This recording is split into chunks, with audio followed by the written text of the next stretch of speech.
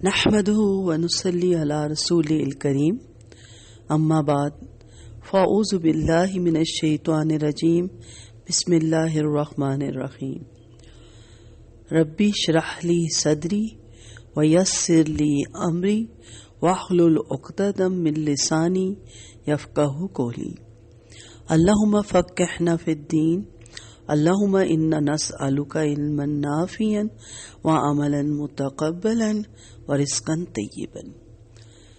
سجدے میں سبحان ربی اعلیٰ کہہ کے 3 مرتبہ کہیں، کم سے کم اور زیادہ سے زیادہ کی بہت تعداد ہے۔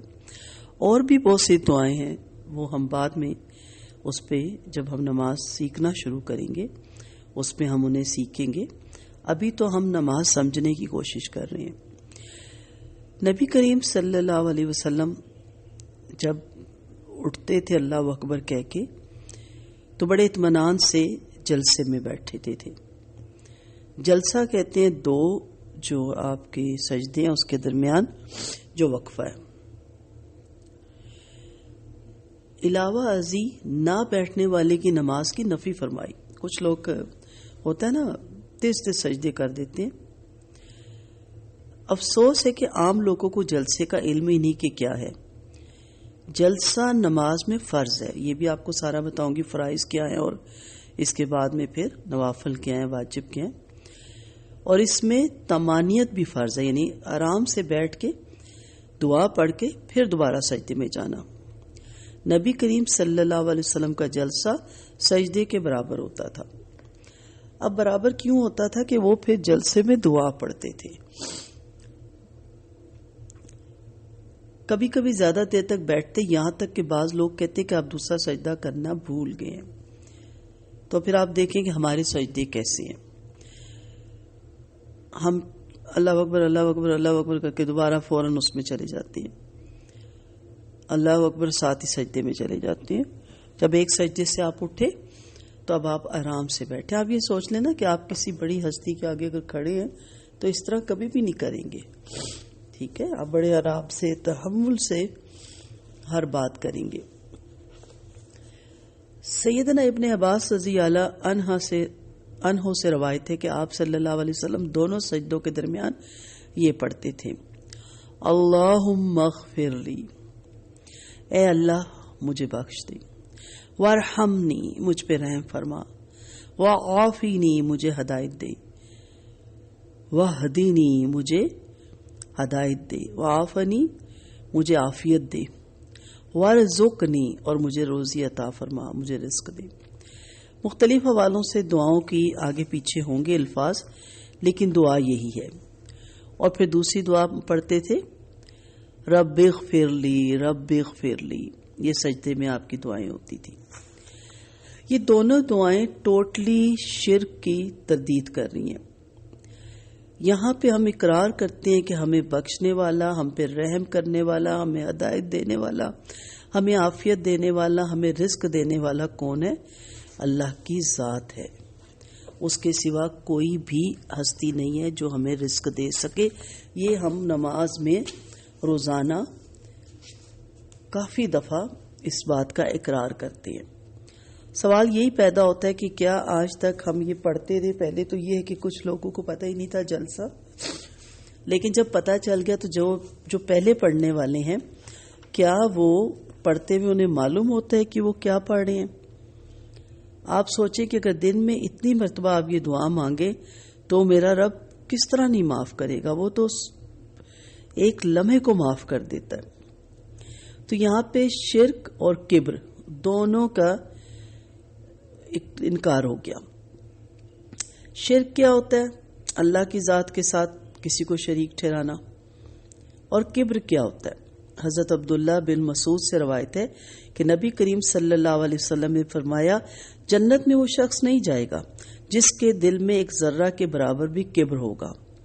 پوچھا گیا کہ کبر کیا ہے؟ آپ نے فرمایا حق کو نظر انداز کرنا اور لوگوں کو حقیر سمجھنا۔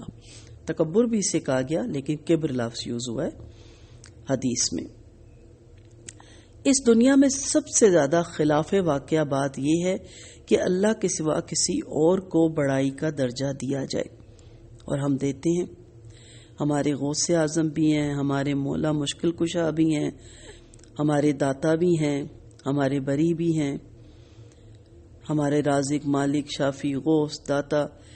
آپ کو معلوم ہے کہ صرف بر صغیر پاک و ہند میں 16 کروڑ الہ ہیں، یا الہوں کی پرچھائیاں ہیں، یا الہوں کے ولی ہیں، کچھ بھی نام دے دیں، 16 کروڑ الہ ہیں۔ یہ خدا کے نزدیک سب سے بڑا جرم ہے۔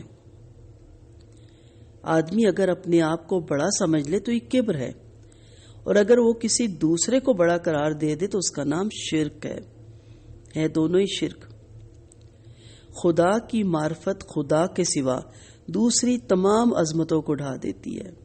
اللہم اغفر لی، اللہ مجھے معاف فرما، بشمول اپنی عظمت کے کہ میں گناہ گار، خطا کار، سیاہ کار تیرے در پہ بیٹھا ہوں، بہت سی غفلتیں کر کے، بہت سی سیاحت کر کے، بہت سی لاپرواہیوں کے بعد معاف تو ہی کر سکتا ہے۔ اللہ کے سوا دوسرے کی عظمت ماننے کا نام شرک ہے، اور اپنی عظمت ماننے کا نام کبر ہے۔ یہی تکبر ہوتا ہے نا، میں بڑی چیز، میں بڑی سمارٹ، میں بڑی کلیور، میں بڑی اسٹرانگ، میں بڑی امیر، میں بڑی اسکالر، میرے پاس بڑے گریٹ، میں بڑے اونچے خاندان کی۔ یہ سب کیا ہے؟ یہ میں اس میں کو کبر کہتے ہیں۔ ہم کیا اور ہماری اوقات کیا؟ مٹی سے بنے اور مٹی ہو جائیں گے۔ یہ موجودہ دنیا امتحان کی دنیا ہے، سب کچھ آپ کو بطور امتحان دیا گیا، اس لیے یہاں ہر قسم کے لوگوں کو بسنے کے مواقع ملے ہوئے ہیں۔ مگر آخرت کی دنیا آئیڈیل دنیا ہوگی، وہاں صرف وہی لوگ عزت کا مقام پائیں گے جنہوں نے موجودہ آزمائشی دنیا میں ثبوت دیا ہو کہ وہ حقیقت واقعہ کی سطح پر جینے کی صلاحیت رکھتے ہیں۔ کبر اور شرک کی سطح پر جینا خیر حقیقی سطح پر جینا ہے۔ اس لیے جو لوگ کبر اور شرک کی سطح پر زندگی گزار دیں گے وہ آخرت کی ابدی دنیا میں بسنے کے لیے سراسر نااہل ٹھہرائے جائیں گے۔ جنت ان اعلیٰ انسانوں کے لیے جو اللہ کی بڑائی میں جیتے ہوں کہ میری کوئی اوقات نہیں۔ میں جو جانماز پہ بھی کھڑا ہوں تو یہ غرور نہیں ہے کہ میں نماز پڑھتا ہوں، لوگ تو نماز بھی نہیں پڑھتے، پتہ نہیں لوگ نماز کیسے نہیں پڑھتے۔ ان باتوں سے باہر نکل آئیں۔ شکر کہ اس نے توفیق دی، شکر کہ اس نے چن لیا، اس کا احسان کہ اس نے جانماز پہ کھڑے ہونے کی طاقت دی۔ ٹانگوں میں میری طاقت ہے کہ میں کھڑا ہوں، شکر کہ میں سجدہ کر سکتا ہوں۔ اس میں آپ چلے جائیں تو آپ بھول ہی جائیں کہ میں کیا۔ جہنم ان پست لوگوں کا مقام ہے، وہ غیر اللہ کی بڑائی میں جیتے ہیں، خواہ یہ جینا خود اپنی بڑائی میں ہو یا اپنے سوا کسی دوسرے کی بڑائی میں ہو۔ تو اس لیے جب آپ سجدے میں بیٹھ کے کہتے ہیں اللہم اغفر لی، تو آپ پھر اقرار کرتے ہیں کہ اللہ کے سوا کوئی میرے گناہوں کو نہیں بخش سکتا۔ وارحمنی، اور مجھ پہ رحم فرما، دنیا میں بھی اور آخرت میں بھی مجھ پہ رحم فرمانا۔ وعافنی، اور مجھے عافیت میں رکھ۔ یہ عقیدہ خدا ہے، یہ عقیدہ اللہ ہے۔ آپ دیکھیں شیر کو دیکھنے کی ایک صورت یہ ہے کہ آپ اس کو عجائب خانے میں دیکھیں، اور دوسرا شیر وہ ہے جو کھلے جنگل میں نظر آتا ہے۔ اب جو عجائب خانے میں شیر ہے وہ کیا شیر ہے بیچارہ؟ وہ تو بس سمجھ لی کھال کے اندر بھوسا وغیرہ بھرا ہوا ہے اور وہ پھنسا ہوا ہے۔ بظاہر وہ شیر ہے مگر وہ شیر ہے نہیں، کیونکہ وہ قید ہے۔ یہ صرف لوگوں کی تفریح کے طور پہ دیکھنے کے لیے ہے، کوئی بھی شخص اس سے ڈرنے یا بھاگنے کی ضرورت محسوس نہیں کرتا۔ مگر جنگل کا شیر ایک زندہ شیر ہے، وہ ناقابل تسخیر قوت کا نشان ہے۔ وہ جب چلتا ہے تو سارا جنگل سہم اٹھتا ہے، وہ جب دھاڑتا ہے تو جانور خوفزدہ ہو کر بھاگ کھڑے ہوتے ہیں۔ کوئی آدمی اگر جنگل میں زندہ شیر کو دیکھ لے تو وہ سرے سے کانپ اٹھے، اس کے تمام ہوش و حواس گم ہو جائیں، وہ ویسا نہیں رہتا جیسا وہ اس کو دیکھنے سے پہلے تھا۔ مانتے ہیں نا اس چیز کو. چلے عجائب گھر میں یہ اناؤنسمنٹ ہو جائے کہ پنجرا کھل گیا غلطی سے شیر کا. اور میں نے ایک دفعہ دیکھا کہ وہ بند تھا پنجرے میں، لیکن جب وہ دھاڑا ہے تو پورا جو عجائب خانہ کہہ لیں یا جو بھی وہ پارک تھا دہل اٹھا. اور میں یہ سوچتی تھی کہ اگر یہ کھل جائے تو بھاگنا مشکل ہو جائے خوف سے. اور بہت بڑا ہوتا ہے، قریب سے میں نے دیکھا اس کو، بہت بڑا ہوتا ہے. اس مثال سے اللہ کے معاملے کو سمجھا جا سکتا ہے. اللہ پر عقیدے کی بھی دو صورتیں ہیں. ایک ہے اللہ پر تقلیدی عقیدہ، دوسرا ہے اللہ پر زندہ عقیدہ. اللہ پر تقلیدی عقیدہ ایک بے جان عقیدہ ہے. مائنڈ نہ کیجیے گا، شکر ہے یہ بھی عقیدہ ہمارے پاس ہے، لیکن بے جان. ایسا عقیدہ آدمی کی روح کو نہیں تڑپاتا، وہ اس کی رگوں میں بجلی بن کر نہیں توڑتا، وہ آدمی کے اندر کوئی ہلچل پیدا نہیں کرتا. اللہ کی تقلیدی عقیدے میں اللہ کو ماننا ہوتا ہے مگر اللہ سے ڈرنا نہیں ہوتا. مگر اللہ پر زندہ عقیدے کا معاملہ اس سے بالکل مختلف ہے. اللہ پر زندہ عقیدہ اللہ کو اس کی تمام قوتوں کے ساتھ اس کو دیکھ لینے کا نام ہے. جو شخص اس طرح اللہ کو پالے وہ پانے کے بعد ویسا نہیں رہ سکتا جیسا کہ وہ پانے سے پہلے تھا. اللہ کو پانے کے بعد اس کے سارے وجود کے اندر بھوچال آ جاتا ہے. خوف کی شدت سے اس کی روح سہم اٹھتی ہے، اس کے ذہن سے تمام دوسرے مسائل حذف ہو جاتے ہیں. وہ صرف ایک ہی مسئلے کو جانتا ہے اور وہ ہے اللہ کا مسئلہ. اللہ کا زندہ عقیدہ اور اللہ کا خوف دونوں ناقابل تقسیم ہیں. آپ اللہ کے زندہ عقیدے سے اللہ کے خوف کو الگ نہیں کر سکتے. جہاں یہ دونوں ایک دوسرے سے الگ ہوئے وہاں سمجھ لیجئے کہ اللہ کا زندہ عقیدہ نہیں بلکہ صرف تقلیدی عقیدہ ہے. اور تقلیدی عقیدے کی یاد رکھیے کوئی قیمت نہیں. اس لیے عظمت خداوندی کو سمجھیے. آپ جانیے کہ وہ معاف کر سکتا ہے، اس لیے ہم اسی سے معافی مانگتے ہیں. یہ مانیے کہ وہ ہمیں عافیت میں رکھنے کی والی ذات وہی ہے، اسی لیے اسی سے عافیت مانگیے. اور وحدنی، مجھے ہدایت دے، رہنمائی کرنا، ہدایت دینا، سیدھے راستے پہ چلنے کی. ہر معاملے میں ہماری رہنمائی کرنا صرف ربی کے ذات کے ہاتھ میں ہے، اسی کے پاس اختیار ہے. کوئی ہماری رہنمائی نہیں کر سکتا. صراط مستقیم پر صرف وہی چلا سکتا ہے. اس لیے ہم نماز میں روزانہ ہی کہتے ہیں اہدنا الصراط المستقیم وارزقنی، اور مجھے روزی عطا کر. روزی صرف کھانے پینے چیز کا نام نہیں، نیکی کی توفیق دینا بھی اس کا رزق ہے. رزق رازق کا ہر وہ نعمت جس پہ انسان کی زندگی کی بقا ہے. سانس لینا بھی اس کا رزق ہے جو ہم لے رہے ہیں. صحت، تندرستی، پانی، دولت، ہر چیز اس کے رزق میں شامل ہے. اور برائیوں سے بچنا بھی اس کا دیا ہوا رزق ہے. اس لیے کہ مجھے روزی عطا کر، مجھے رزق عطا کر. یہاں سے بھی باقی تمام الہوں کی تردید ہوتی ہے، من گھڑت الہوں کی جو ہم نے خود سے اپنے لیے بنا رکھے ہیں. اور پھر ہم جو جلسے کی دوسری دعا دیکھتے ہیں، رب اغفر لی، رب اغفر لی. اے اللہ، اے میرے رب، میرے پالنے والے، مجھے معاف فرما. رب کا روٹ جانتے ہیں نا آپ، را بابا رب، پیدا بھی کرنا، تمام ضروریات کو پورا بھی کرنا، حد کمال تک پہنچانا. اس لیے رب کہا گیا. اے میرے پالنے والے، اے میرے رب مجھے معاف فرما، اے میرے رب مجھے معاف فرما. اس دعا کی بھی ہمیں حدیث سے پتہ چلتا ہے کہ نبی کریم صلی اللہ علیہ وسلم یہ دعا پڑھتے تھے. اللہ تمام طاقتوں سے بڑھ کر طاقتور ہے، تمام فیصلوں کا سیرا اسی کے ہاتھ میں ہے. ایسی حالت میں جو شخص اللہ کو پالے وہ اس کی طرف سے مستقل اندیشے میں مبتلا ہو جاتا ہے. ہر معاملے میں وہ سوچنے لگتا ہے کہ اللہ کی عدالت میں کئی مجھ کو اس کا ذمہ دار نہ قرار دے دیا جائے. اپنے کو بچانے کا جذبہ اس کو مجبور کرتا ہے کہ لوگوں سے معاملہ کرنے میں وہ حد درجے محتاط رہے. لوگوں کے ساتھ وہ ہمیشہ فیاضی کا سلوک کرے، وہ لوگوں کے حق سے زیادہ انہیں دے. اس کا کوئی ساتھی یا اس کا کوئی ماتحت اگر کوئی غلط کام کرتا ہے تو اس کا خطرہ وہ اپنے اوپر محسوس کرتا ہے، کیونکہ وہ سوچتا ہے کہ خدا اگر قیامت میں کہہ دے کہ تمہاری وجہ سے اس کو یہ جرأت ہوئی تو میرے پاس کیا عذر ہوگا۔ اس کی لا علمی میں ظلم کا ایک واقعہ ہو تب بھی وہ کانپ جاتا ہے کہ اگر اللہ کے یہاں یہ کہا جائے کہ تم عوامی قائد بنے ہوئے تھے، تم اس سے باخبر کیوں نہ ہوئے، تو میں خدا کو کیا جواب دوں گا۔ اس کے دائرے میں کوئی شخص کسی کو ستاتا ہے تو وہ بے تاب ہو جاتا ہے، کیونکہ وہ ڈر جاتا ہے کہ اگر اللہ یہ کہ تم نے اپنی کارروائیوں سے جو ماحول بنایا اس کی وجہ سے ایسا واقعہ ممکن ہو سکا تو میں کس طرح اپنے آپ کو بری ذمہ ثابت کروں گا۔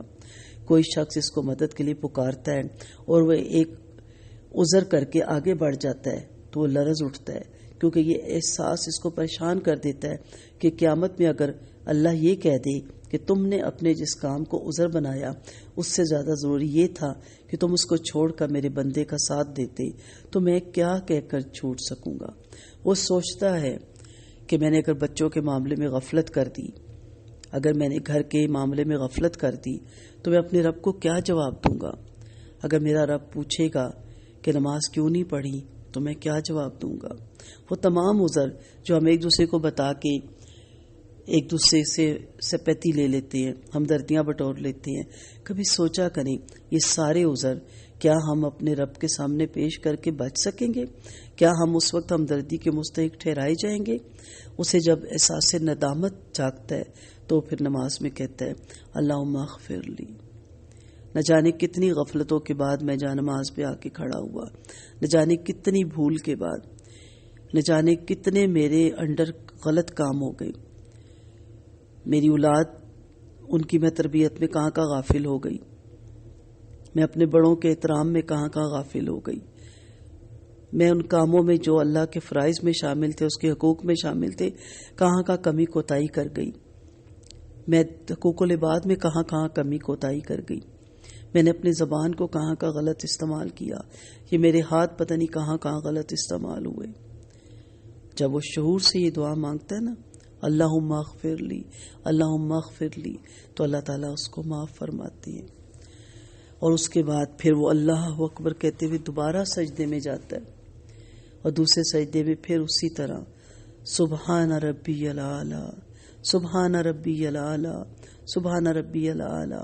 کبھی آپ محسوس کریں کہ یہ کیا ہم کہہ رہے ہوتے ہیں، اپنے رب کے سامنے اپنی کمزوری کا اظہار، اپنی عاجزی کا اظہار، یہ اظہار کر رہے ہوتے ہیں یا رب العالمین تو سب سے بڑا ہے، یا اللہ تو سب سے اعلیٰ ہے، یا اللہ تو سب سے زیادہ بلند ہے، تیری عظمتوں کو ہم نہیں پا سکتے، ہم تیرے بندے حقیر، ذلیل، کمزور تیرے سامنے جھکے ہیں، تیرے سامنے ناک رگڑ رہے ہیں، تیرے سامنے ماتھے ٹیک رہے ہیں، اس چیز کا اقرار کرتے ہیں۔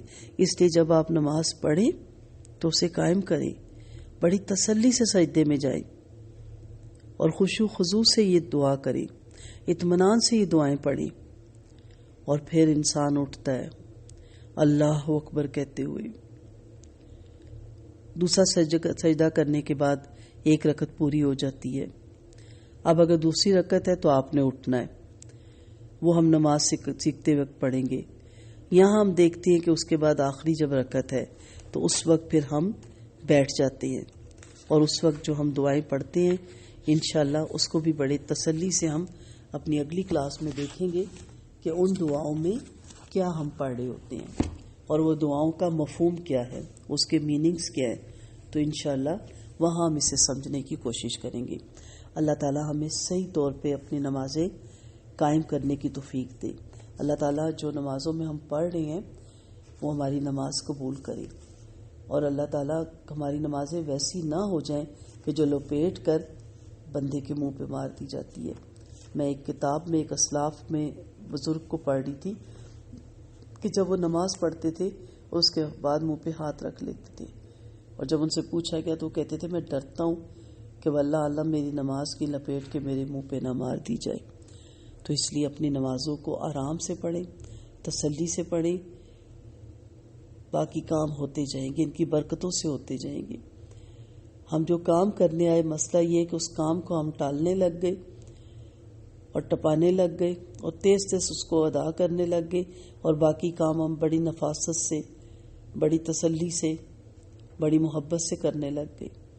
میں جب دیکھتی ہوں خواتین کو گھر چمکاتے، خوشی ہوتی ہے، لیکن نمازوں سے غفلت، پھر بتائیں اس گھر کے چمکانے کا کیا فائدہ اگر ہماری قبریں نورانی نہ ہوئی۔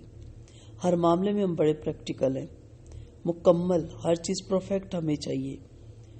ہم کپڑا پہننے میں بھی بڑی نفاست کرتے ہیں، ہم کوکنگ میں بھی بڑے ماہر ہیں، ہماری کوکنگ دیکھ کے لوگ حیران ہو جاتے ہیں، ہمارے ہاتھ کے پکے ہوئے کھانے دیکھ کے لوگ تعریفیں کرتے ہیں، اور نماز ہم ٹکرے مارتے ہیں۔ نماز اتنی اچھی پڑھیں کہ فرشتے تعریفیں کریں، اللہ تعریفیں کریں، اور اللہ کی نظر میں وہ تعریف ہو جائے۔ اللہ تعالی ہم سب کو نماز قائم کرنے کی توفیق دے۔ وآخر دعوانا ان الحمد للہ رب العالمین۔ سبحانک اللہم و بحمدک، نشہد ان لا الہ الا انت، نستغفرک و نتوب الیک۔ السلام علیکم ورحمۃ اللہ وبرکاتہ۔